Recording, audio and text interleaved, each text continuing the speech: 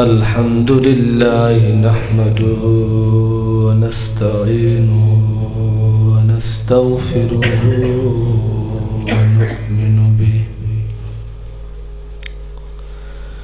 ونؤمن به ونتوكل عليه ونعوذ بالله من شرور أنفسنا ومن سيئات أعمالنا من يهده الله فلا مضل له ومن يضلله فلا هادي له ونشهد أن لا إله إلا الله وحده لا شريك له ونشهد أن سيدنا ومولانا وشفيعنا محمدا عبده ورسوله صلى الله عليه وعلى آله وسلم. أما بعد، أعوذ بالله من الشيطان الرجيم. بسم الله الرحمن الرحيم. إن أكرمكم عند الله أتقاكم. وقال النبي صلى الله عليه وسلم: رب أعط نفسي تقواها زكها أنت خير من زكاها أنت وليه ومولاها. اللهم صل على محمد عبدك ورسولك وصل على المؤمنين والمؤمنات والمسلمين والمسلمات. میرے عزیز واجب الاحترام دوستو بزرگوں، اللہ رب العالمین نے اپنی دوستی کے لیے تقوی کو معیار قرار دیا ہے. جو کوئی بھی شخص چاہتا ہے کہ میں اللہ سے محبت کرتا ہوں، اور اس محبت کے لیے اسے تقوی اختیار کرنا پڑے گا. نماز پڑھنا، قرآن پڑھنا، ذکر اذکار کرنا، تسبیحات کرنا اور نوافل پڑھنا، حج کرنا، عمرہ کرنا، یہ اللہ کی محبت کے اسباب ہے.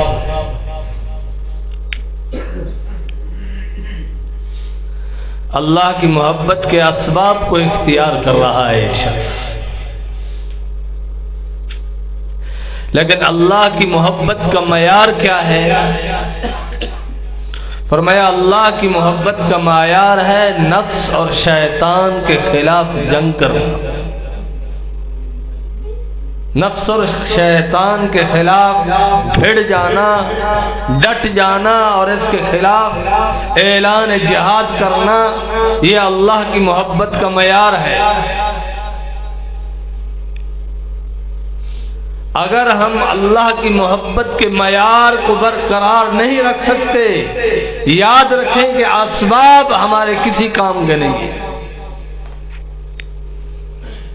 اور یہ بلا وجہ نہیں ہے، بلکہ قرآن پاک میں اللہ نے فرمایا: ان الصلاۃ تنہی عن الفحشاء والمنکر. بے شک نماز فواحشہ اور منکرات سے روکنے والی ہے.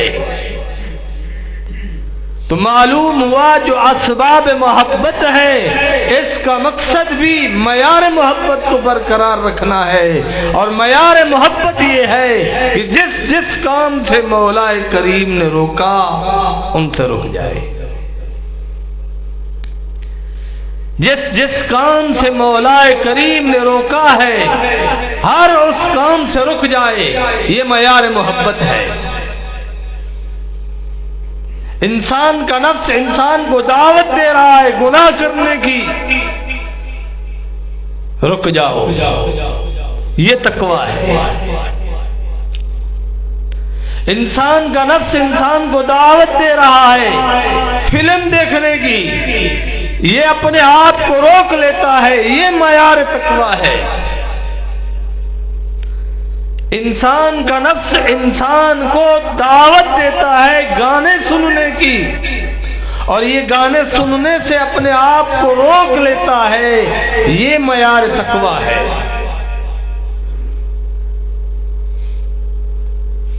عبادات اسباب محبت ہے۔ جیسے ہم بازار میں جائیں یا معاشرے کے کسی جگہ پر ہم جائیں، ہم لوگوں کو دیکھتے ہیں کہ لوگ ایک دوسرے کے ساتھ مل بیٹھ کر کھانا کھا رہے ہیں، پانی پی رہے ہیں، چائے پی رہے ہیں، کوئی اور مشروب پی رہے ہیں، تو یہ اسباب محبت ہے۔ ہم سمجھیں گے کہ ان لوگوں کو آپس میں محبت ہے کہ مل جل کر ایک دوسرے کے ساتھ کھا رہے ہیں، پی رہے ہیں، اور اپنی زندگی کے معاملات کا ایک دوسرے کے ساتھ ڈسکس کر رہے ہیں۔ لیکن اس محبت کا معیار وہ یہ نہیں ہے کہ مل جل کر کھانا کھانا، یہ محبت کا معیار نہیں ہے۔ آپ نے کسی کو چائے پلا دی، یہ اسباب محبت میں سے ایک سبب ہے۔ آپ نے کسی کو کھانا کھلا دیا، یہ اسباب محبت میں سے ایک سبب ہے۔ آپ نے کسی انسان کی ضرورت کو پورا کر دیا، یہ اسباب محبت میں سے ایک سبب ہے۔ معیار محبت یہ ہے کہ جس نے آپ کے پاس کھانا کھایا ہے یہ آپ کے دشمن کے خلاف آپ کا ساتھ دے، آپ کی صف میں شامل ہو کر آپ کے دشمن کا مقابلہ کرنے والا ہو۔ اگر آپ کے دشمن کا مقابلہ کرنے کے لیے یہ آپ کی صف میں شامل نہیں ہوتا، یہ آپ کے سارے اسباب محبت بیکار ہیں۔ یہ چائے پلانا، یہ کھانا کھلانا، یہ مشروب پلانا، اس کی ضرورت پوری کرنا، یہ سب ضائع ہو گیا۔ اور اس ضیاع سے بچنا، اس ضیاع سے بچنا یہی ہے کہ معیار محبت لے آئے۔ اگر معیار محبت نہیں ہے، توجہ کرو، معیار محبت نہیں ہے تو اسباب محبت بیکار ہے۔ تو اللہ کی محبت کا جب ہم دعویٰ کریں گے تو اسباب محبت بھی ضروری ہے، لیکن اس سے بڑھ کر معیار محبت ضروری ہے کہ ہم اپنے نفس اور شیطان کے خلاف میدان میں کھڑے ہو جائیں۔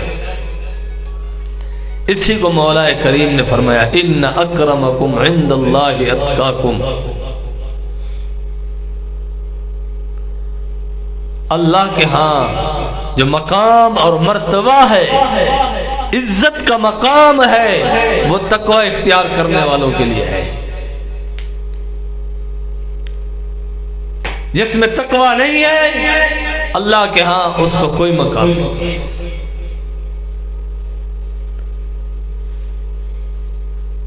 تو بنیاد تقوی ہے، بنیاد،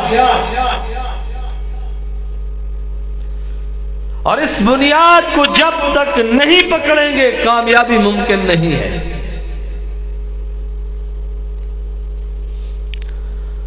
عام لفظوں میں اس کا معنی یہ لے لیجئے کہ اپنی خواہشات کو اللہ کی مرضی پر قربان کر دینا، یہ تقویٰ ہے۔ اپنی خواہشات کو اللہ کی مرضی پر قربان کر دینا، یہ تقویٰ ہے۔ اگر اپنی خواہشات کو اللہ کے نام پر قربان نہیں کر سکتا، جتنا چاہے اسباب محبت اپنا لے، یہ اللہ کا عاشق نہیں ہے۔ اللہ کا عشق اور اللہ کی محبت کے لیے معیار کا ہونا ضروری ہے۔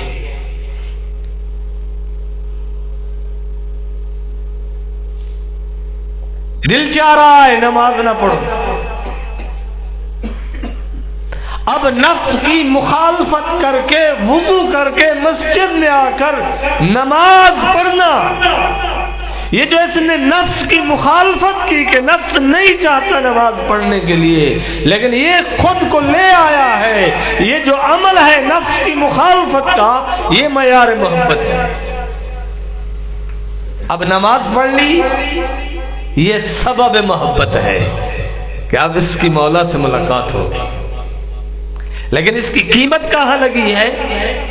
جب اس کا دل کہہ رہا تھا کہ مسجد میں نہیں جانا، بازار میں جانا ہے، جب اس کا دل کہہ رہا تھا کہ یار میں سو جاؤں، مجھے نیند آئی ہے، میں اپنی نیند پوری کر لوں، اس کی طبیعت اسے پکڑ رہی ہے، اس کا نفس اسے سکون اور آرام کی طرف کھینچ رہا ہے، یہ آرام اور سکون کو ٹھکرا کر اپنے مولا کے در پہ آ رہا ہے، اس وقت اس کی قیمت لگ چکی ہے کہ یہ اللہ سے کتنا پیار کرنے والا ہے، اللہ سے کتنا محبت کرنے والا ہے۔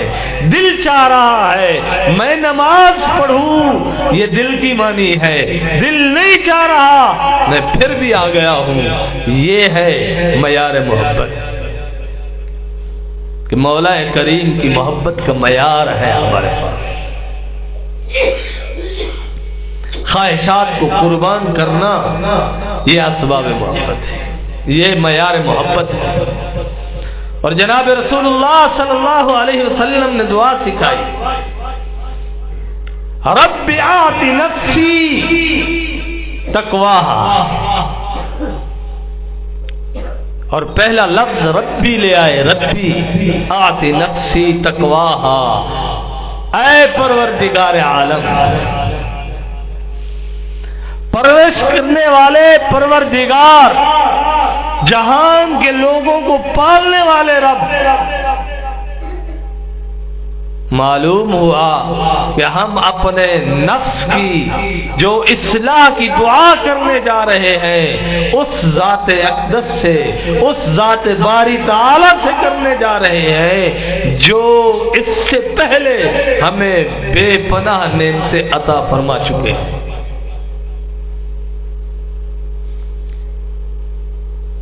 ہمیں آنکھ عطا فرمائی، یہ رب کریم کی طرف سے ہمارے پاس امانت ہے۔ اب اس آنکھ سے ہم قرآن دیکھ رہے ہیں، قرآن کی زیارت کر رہے ہیں، یہ اسباب محبت میں سے ہے۔ مسجد کا راستہ دیکھ رہے ہیں، یہ اسباب محبت میں سے ہے کہ یہ سبب اختیار کر رہا ہے اللہ کی محبت کا۔ حدیث کی کتاب دیکھ رہا ہے، اہل اللہ کی زیارت کر رہا ہے، یہ اسباب محبت ہے۔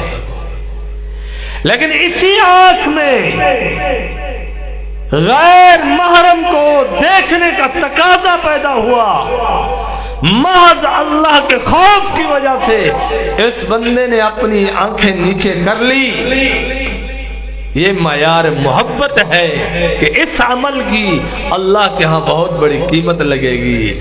اللہ اپنے فرشتوں کو فرمائیں گے، میرے فرشتوں دیکھو، اس کے سامنے غیر محرم موجود تھا اور یہ دیکھنے کی قدرت بھی رکھتا تھا، محض ہماری رضا کے لیے، ہمیں خوش کرنے کے لیے۔ اس بندے نے نفس کو ٹھکرا دیا، اپنی اس خواہش کو آگ لگا دی، تقوی کی آگ لگا کر اپنے آپ کو گناہ سے بچا لیا ہے۔ اور اسی طرح کان ہے، پہلے سے اللہ نے یہ نعمت عطا کر دی، زبان ہے، پہلے سے رب کریم نے یہ نعمت عطا کر دی، ہاتھ ہے، یہ نعمت پہلے دے دی، لیکن اب ان سب کے متعلق معیار محبت کی دعا کروا رہے ہیں ہم۔ فرمایا ہم سے دعا مانگیے، رب آتی نفسی تقواہا، اے پروردگار، پالنے والے رب، پرورش کرنے والے مالک، میرے نفس کو تقوی سے آراستہ فرما دیجیے، میرے نفس کو تقوی کا لباس پہنا دیجیے، میری خواہشات دین کے موافق ہو جائے، آپ کے اور آپ کے رسول صلی اللہ علیہ وسلم کی مرضی اور منشا کے موافق ہو جائے، یہ دعا کر رہا ہے۔ رب آت نفسی تقواہا، مولا کریم میرے نفس کو تقوی سے آراستہ کر۔ اور خانقاہ میں یہ ہوتا ہے، لیکن بدقسمتی سے ہمارا سب کچھ الٹ چل رہا ہے۔ ہمارے خیالات یہ ہے کہ ہم شاید خانقاہ میں جائیں اور چائے پانی کھانا وانا اور دو شگل مار کے چلتے بلے، بس اس چیز کا نام ہم نے سمجھا شاید خانقاہ ہے، لیکن نہیں، اپنے دل کو تقوی سے آراستہ کرنے کی جد و جہد بھی کرنی ہے، کوشش بھی کرنی ہے، اور وہ کوشش کونوا مع الصادقین، اہل اللہ کی صحبت میں آئے گی۔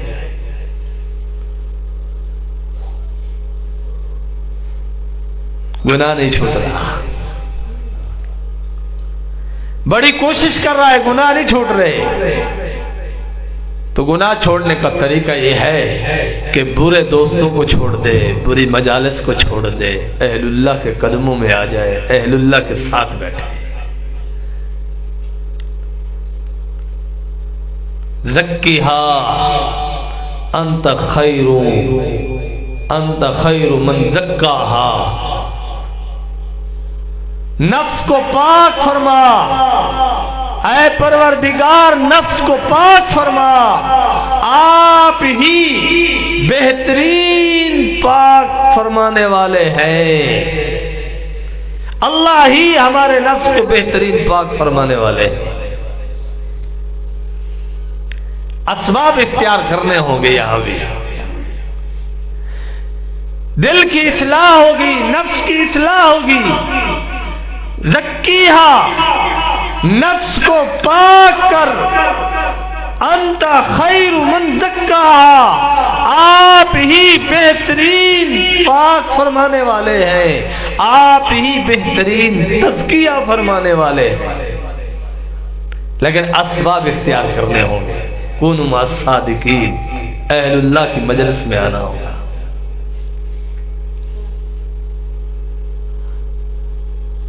یہ تو دنیا کا بھی محاورہ ہے نا کہ ہم یاروں کے یار ہیں،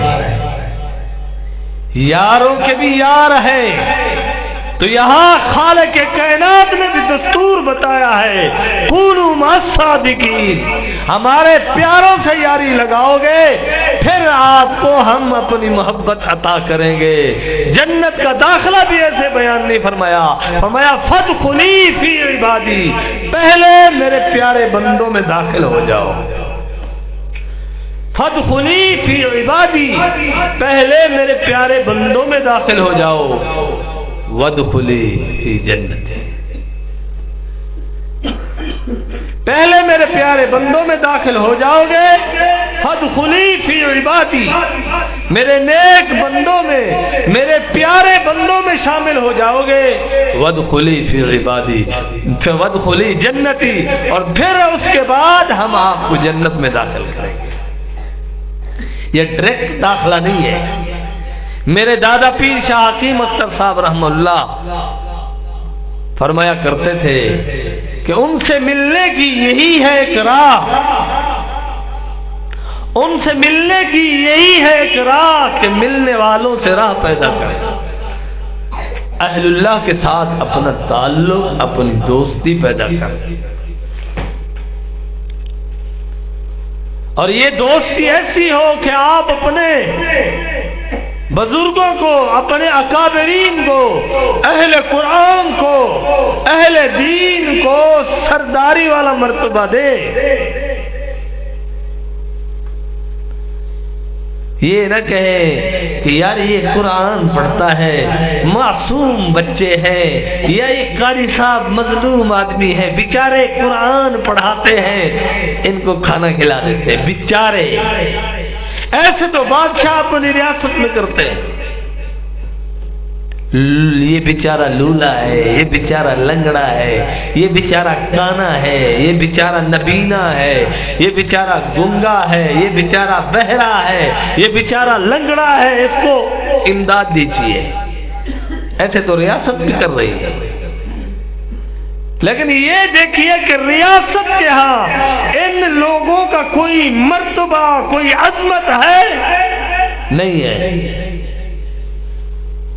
جب تک آپ اپنے دل میں بیچارگی والا تاثر لیں گے کہ یہ بیچارہ قرآن پڑھاتا ہے، اس کو کھانا کھلانا چاہیے تاکہ میری زندگی میں تبدیلی آ جائے، قیامت کی صبح تک اللہ کریم آپ کو زندگی دے دے، آپ کی زندگی میں کوئی انقلاب آنے والا نہیں۔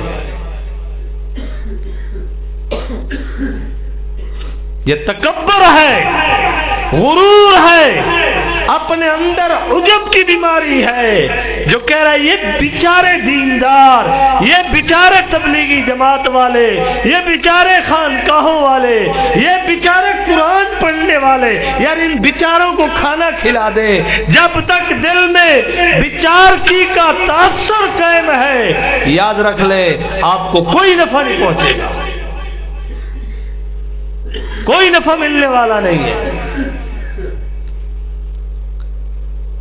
بادشاہ لنگڑے، لولے، بہرے، گنگے، یہ سارے بیچارے ہیں، ان بیچاروں کو کھانا کھلاتے ہیں، کپڑے پہناتے ہیں، ان کی ضروریات کو پورا کرتے ہیں، لیکن بادشاہ اپنی خاص مجالس میں ان کو بٹھانے کے لیے تیار نہیں ہے۔ بادشاہ تو دور کی بات ہے، میرے اور آپ کے دروازے میں ایک بھکاری صبح بھیک مانگنے آتا ہو، دوپہر کو یا شام کو بھیک مانگنے آتا ہو، آپ اور میں اپنی خاص مجلس میں اپنے خاص ٹیبل پر بٹھا کر اسے کھانا نہیں کھلاتے، اس کی آپ کے اور میرے دل میں عزت، عظمت اور وقار نہیں ہوتا، تو دین والوں کے بارے میں یہ جو بیچارگی کا تاثر اس نے اپنے دل میں بٹھایا ہوا ہے، جب تک یہ ان کو بیچارہ سمجھ کر خدمت کرے گا، اس وقت تک اسے کوئی نفع نہیں ملے گا، کوئی نفع نہیں ملے گا۔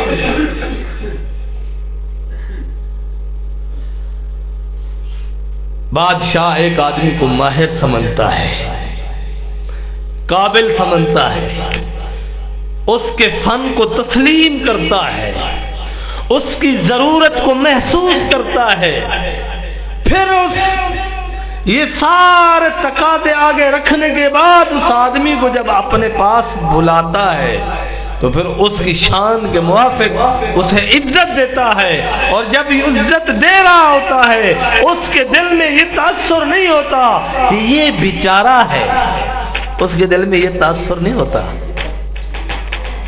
بلکہ وہ کہتا ہے میری ریاست میں یہ ایک اچھا ڈاکٹر ہے، میری ریاست میں یہ اچھا انجینئر ہے، میری ریاست کو ترقی دے گا، یہ میری ضرورت ہے، قابل احترام ہے، قابل عزت ہے، قابل وقار ہے۔ پھر وہ اسے اپنے ساتھ بٹھا کر جو کھانا کھلائے گا وہ بیچارگی والے تاثر سے نہیں، بلکہ وہ ادب اور احترام والے تاثر کے ساتھ عزت اور شان والے تأثر کے ساتھ اس کے سامنے ٹیبل پر کھانا رکھ کر جب اسے کھلائے گا تو اس کے دل میں اس کی عظمت ہوگی، محبت ہوگی اور اس کی شان ہوگی۔ پھر اس انجینئر سے، اس ڈاکٹر سے اس بادشاہ کو فائدہ ہوگا، آپ کو اور مجھے فائدہ ہوگا۔ آپ اور میں کبھی یہ تو نہیں کہتے کہ بیچارہ ڈاکٹر، بیچارہ انجینئر، بیچارہ پولیس والا، D S P, D P O, وہاں تو بیچارگی والا تاثر نہیں ہے، وہاں اس کی شان و شوکت ہمارے دل میں بیٹھی ہے کہ یہ عہدے والا ہے، یہ منصب والا ہے، یہ ہنر والا ہے، یہ فن والا ہے، اس کی مجھے ضرورت ہے۔ لیکن جب دین والوں کی بات آتی ہے کہتے یہ بیچارے ہیں، اور جب تک یہ بیچارگی کا تاثر ہے آپ کو ان کی دعائیں بھی نفع نہیں دیں گی۔ حضرت صاحب بڑی دعا کروائی ہے آپ سے، بڑی دعا کروائی ہے، فلاں بزرگ کے پاس گیا ہوں، فلاں کے پاس گیا ہوں، فلاں کے پاس گیا ہوں، نفع نہیں ہو رہا۔ سب سے بنیادی وجہ یہ ہے کہ آپ اس کے بارے میں جو تأثر رکھتے ہیں وہ بیچارگی والا ہے، وہ بے بسی والا ہے کہ یہ بیچارے بے بس لوگ ہیں۔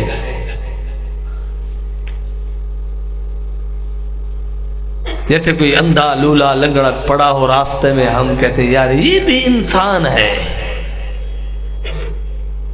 یہ بھی بیچارے پڑھنے والے، پڑھانے والے، دین کی خدمت کرنے والے بیچارے انسان ہیں۔ یہ تاثر آیا بڑا ہے اور یہ خلاف تقویٰ ہے۔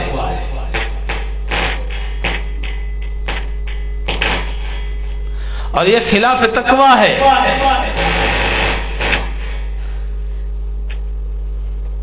اور تقویٰ معیار ہے کہ آپ نفس اور شیطان کی مخالفت کرو۔ اہل اللہ کے ساتھ بیٹھے ہیں، کسی عالم دین کے ساتھ بیٹھے ہیں، کسی قاری صاحب کے ساتھ بیٹھے ہیں، ہمارے دل میں یہ بات ہونی چاہیے کہ یہ ہمارا سردار ہے، یہ ہماری ضرورت ہے، یہ ہمارے عقائد اور نظریات کا محافظ ہے، کھپا سالار ہے، یہ ہمارے سروں کا تاج ہے، یہ ہماری نسلوں کے معمار ہیں۔ جب یہ عظمت، یہ شان ہمارے دل میں ہوگی اور اس جذبے کے ساتھ ہم اپنے بزرگوں کے پاس، اپنے اماموں کے پاس، اپنے علماء کے پاس جائیں گے، تب ہمیں نفع ہوگا، تب ہمیں کچھ حاصل ہوگا۔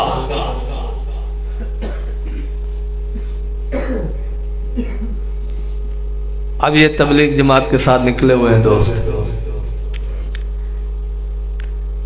اب یہ آئے ہیں، انہیں کچھ نہ کچھ حاصل ہو رہا ہے، نماز یاد ہو رہی ہے، دعائیں یاد ہو رہی ہیں، مسنون دعائیں یاد کر رہے ہیں، اور ضروری مسائل نماز کے، غسل کے، وضو کے، جنازے کے، یہ یاد ہو رہے ہیں۔ کیوں؟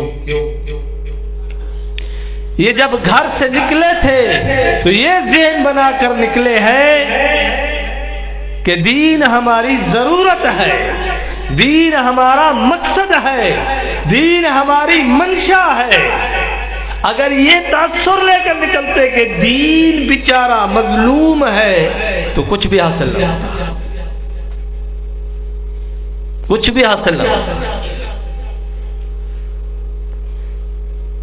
دین ہمارا مقصد ہے، ہماری منشا ہے، ہماری منزل ہے۔ جب یہ مقصد لے کر گھر سے نکلے ہیں پھر کچھ حاصل ہوتا ہے۔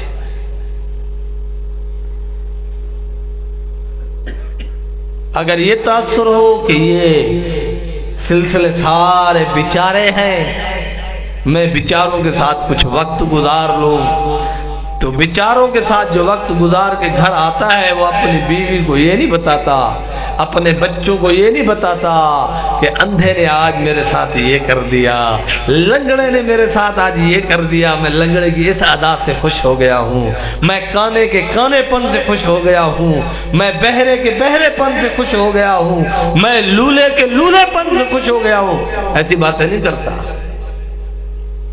اگر ایسی باتیں کرے گا تو بیوی کہے گی پتہ نہیں یہ کس کس کو ملتا رہتا ہے پاگل،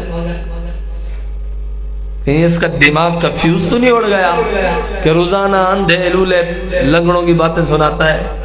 یہ کیوں نہیں کہتا کہ میں آج کسی اچھے انسان کو ملا ہوں، اچھے ڈاکٹر کو ملا ہوں، اچھے انجینئر کو ملا ہوں، تو میں آج اللہ والے سے ملا ہوں، میں آج اللہ کے دوست سے ملا ہوں، میں نے آج اللہ کے بہت بڑے ولی کی زیارت کی ہے، آج میں نے رب کریم کا کلام پڑھا ہے، اب میں نے اللہ کے دربار میں حاضری دی ہے اللہ کی محبت کو حاصل کرنے کے لیے۔ جب یہ سوچ اور تاثر ہوگا ہمارا، اس وقت ہمیں کامیابی ملے گی۔ رب آتی نفسی تقواہا، اے مولا کریم، رب کریم۔ ایک اور حدیث میں آتا ہے اللہ کے حبیب نے فرمایا اللہم آتی نفسی تقواہا،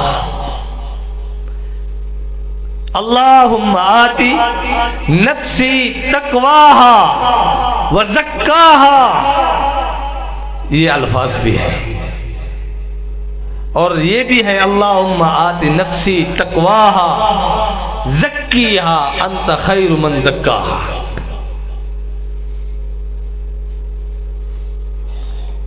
تو یہ سارے احادیث کے جو الفاظ دعا منقول ہے، یہ دعا کرنا اور اس کے ساتھ اسی کے موافق جد و جہاد کرنا ضروری ہے۔ رب آتی نفسی تقواہا، مولا کریم میرے نفس کو، میری آنکھوں کو، میرے کانوں کو، میری زبان کو، میرے دماغ کو، میرے ہاتھوں کو، میرے پاؤں کو، میرے جسم کے تمام اعضاء کو تقوی سے آراستہ فرما، یعنی گناہوں سے، اپنی ناراضگی والے کاموں سے محفوظ فرما۔ اسی کو قرآن نے بیان فرمایا ان الصلاۃ تنہا عن الفحشاء والمنکر، بے شک نماز فواحش سے اور منکرات سے روکتی ہے۔ نماز قبول ہو گئی، نماز ہم نے پڑھی قبول ہوگی، کیا علامات ہیں؟ بہت سارے اسباب ہوں گے، بہت ساری علامات اور نشانیاں ہوں گی، لیکن اس نماز کی برکت سے آہستہ آہستہ اگر گناہوں کے خلاف، فواحشہ کے خلاف آپ کے دل میں نفرت نہیں بیٹھ رہی، سمجھو اپنی نماز کمال کو نہیں پہنچی، کیونکہ رب کریم نے اعلان فرمایا ان الصلاۃ تنہا عن الفحشاء والمنکر، نماز بے حیائی کے کاموں سے روکنے والی ہے، نماز ناجائز کاموں سے روکنے والی ہے۔ اگر یہ انسان کے اندر احساس پیدا نہیں ہو رہا کہ میں بے حیائی کے کاموں سے رک جاؤں، میں گناہ کے کاموں سے، اللہ کے روکے ہوئے کاموں سے رک جاؤں، اگر یہ جذبہ انسان کے اندر جڑ نہیں پکڑ رہا، نماز میں خامی ہے، نماز میں کمزوری ہے۔ اہل اللہ کے پاس آئیے، نماز بھی پڑھیے، اہل اللہ کو اپنی کیفیت اور احوال بتائیے تاکہ وہ آپ کو راستہ بتا سکیں، اصلاح کے لیے آپ کو مشورہ دے سکیں کہ آپ کو کیا کرنا چاہیے۔ زکیہا انت خیر من زکاہا، آپ اس کو پاک کر دیں، آپ اس کا تزکیہ فرما دیں، آپ ہی بہترین پاک فرمانے والے ہیں۔ انت ولیہا و مولاہا، آپ ہی اس نفس کے، اس جسم کے تمام اعضاء کے والی ہیں، مالک ہیں، خالق ہیں، آپ ہی اس کو تقوی سے آراستہ کریں۔ جناب رسول اللہ صلی اللہ علیہ وسلم نے ایسی پیاری دعا سکھائی۔ ہم دعائیں نہیں پڑھتے، دعائیں نہیں پڑھتے، اور جناب رسول اللہ صلی اللہ علیہ وسلم نے شہر میں داخل ہونے کی بھی دعا سکھائی، اللہم ارزقنا جناحا وحببنا الی اہلہا، یا اللہ میں شہر کو جا رہا ہوں، اس شہر کے جو میوہ جات ہے وہ میرا رزق بنا۔ ہم نہیں پڑھتے وحببنا الی اہلہا، اس شہر کے رہنے والے لوگوں کے دلوں میں میری محبت ڈال دے۔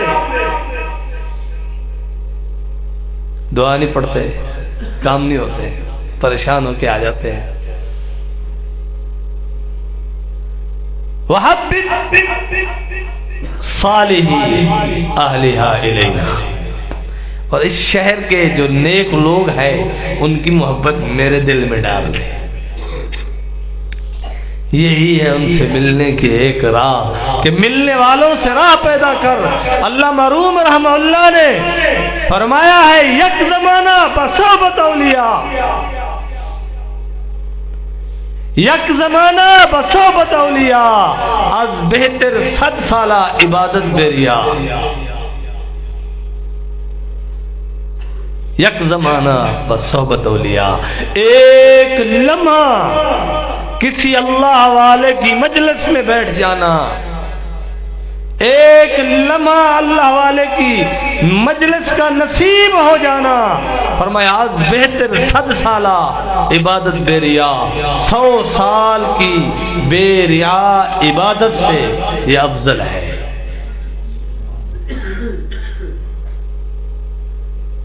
100 سال کی بے ریا عبادت سے یہ افضل ہے۔ کسی اللہ والے کی مجلس میں تھوڑی دیر بیٹھ جانا، چاہے وہ کچھ نہ بولے، صرف اس کی صحبت مل جانا، اس کی قرابت مل جانا، یہ 100 سالہ عبادت بے ریا سے افضل ہے۔ اور یہ میں نہیں کہہ رہا، اللہ مرحوم نے فرمایا ہے یک زمانہ بصحبت اولیاء از بہتر 100 سالہ عبادت بے ریا۔ اور دوسری جگہ فرمایا صحبت صالح کنت، نیک آدمی کے ساتھ بیٹھو گے نیک بن جاؤ گے۔ صحبت صالح کنت، اللہ کے نافرمان کے ساتھ بیٹھو گے، گناہگاروں کے ساتھ بیٹھو گے، نافرمانوں کے ساتھ بیٹھو گے، نافرمان بن جاؤ گے،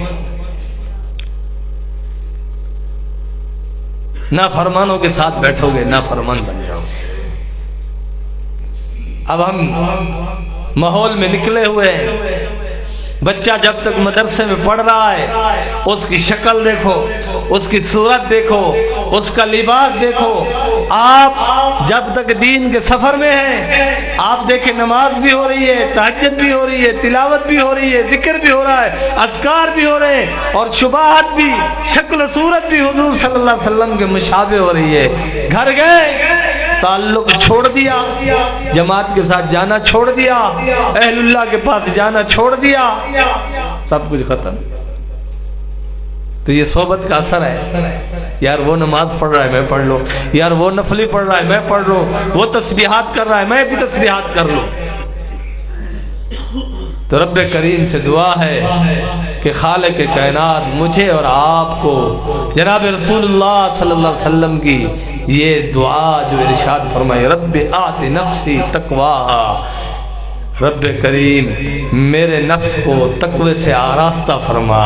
آپ سب دوستوں کے، میرے، آپ کے گھر والے، میرے گھر والے، اور ہماری قیامت تک آنے والی نسلوں کو اللہ تقوی سے آراستہ فرمائے۔ زکیہا انت خیر من زکاہا، اللہ نفس کو بہترین پاک فرمانے والے ہیں، تو ہی پاک فرما ہمیں بھی، ہماری اولادوں کو۔ انت ولیہا و مولاہا، آپ ہی والی اور مالک ہے۔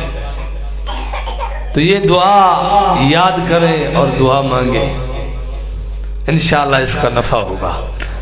اللہ تعالیٰ سے دعا ہے کہ اللہ رب العالمین عمل کی توفیق عطا فرمائے۔ وآخر دعوانا الحمدللہ رب العالمین۔